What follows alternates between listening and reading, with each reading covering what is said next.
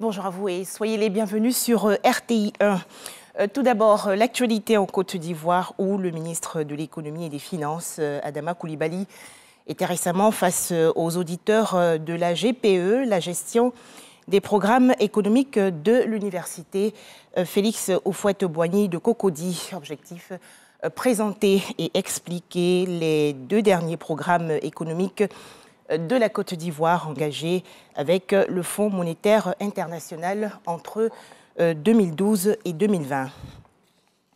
Toujours en Côte d'Ivoire, la phase pilote du programme d'accompagnement des micro- et petites entreprises mis en œuvre dans 16 régions.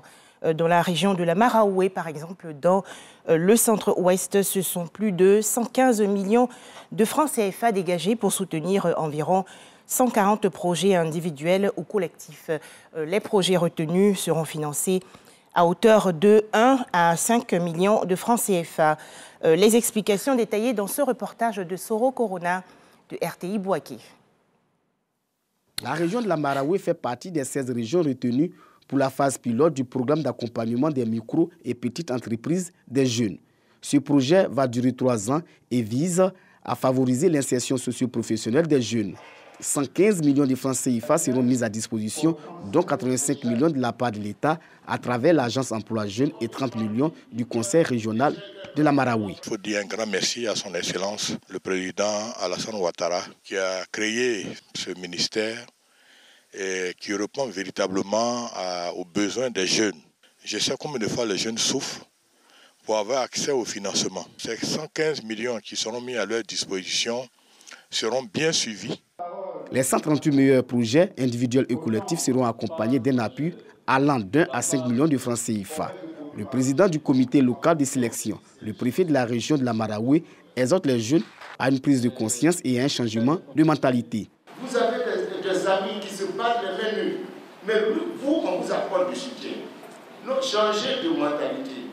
Parce que la jeunesse, vous voyez la vie, ce n'est pas une carrière. Ça finit un jour. Nous qui vous parlons, nous avons été ce que vous êtes. Mais vous n'êtes pas encore ce que nous sommes. Écoutez-nous. Tout en saluant le programme d'accompagnement des micro- et petites entreprises, les jeunes s'engagent au remboursement des prêts reçus. Nous tenons vraiment à dire merci au président de la République, même dans un premier temps, d'avoir voulu décréter cette année-là pour la jeunesse et remercier le président du conseil régional qui aujourd'hui est en train de nous donner tous les mécanismes que nous devons emprunter pour pouvoir bénéficier de ces différents financements. Nous allons œuvrer pour la bonne marche et du suivi total des bénéficiaires afin qu'on puisse rembourser pour pouvoir aider d'autres jeunes. Le programme d'accompagnement des micro- et petites entreprises comprend 4 phases. La sélection, la formation, le financement et le suivi. Les jeunes retenus seront formés en entrepreneuriat et en gestion d'entreprise.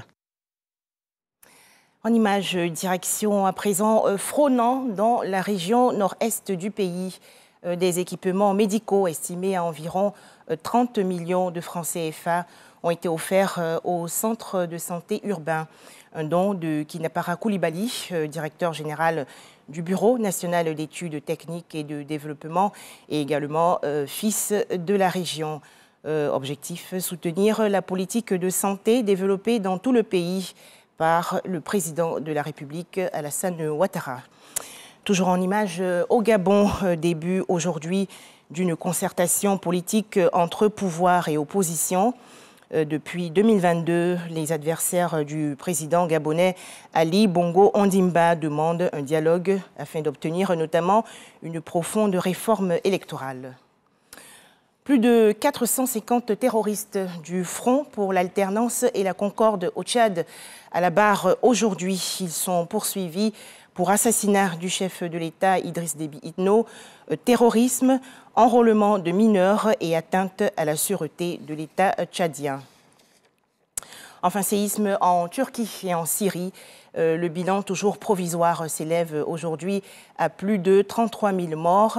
Le président syrien Bachar al-Assad, de son côté, se dit prêt à envisager d'autres passages frontaliers pour l'aide occidentale dans le nord-ouest de son pays, la Syrie. Merci de nous avoir suivis. À 13h, le journal de RTI 1.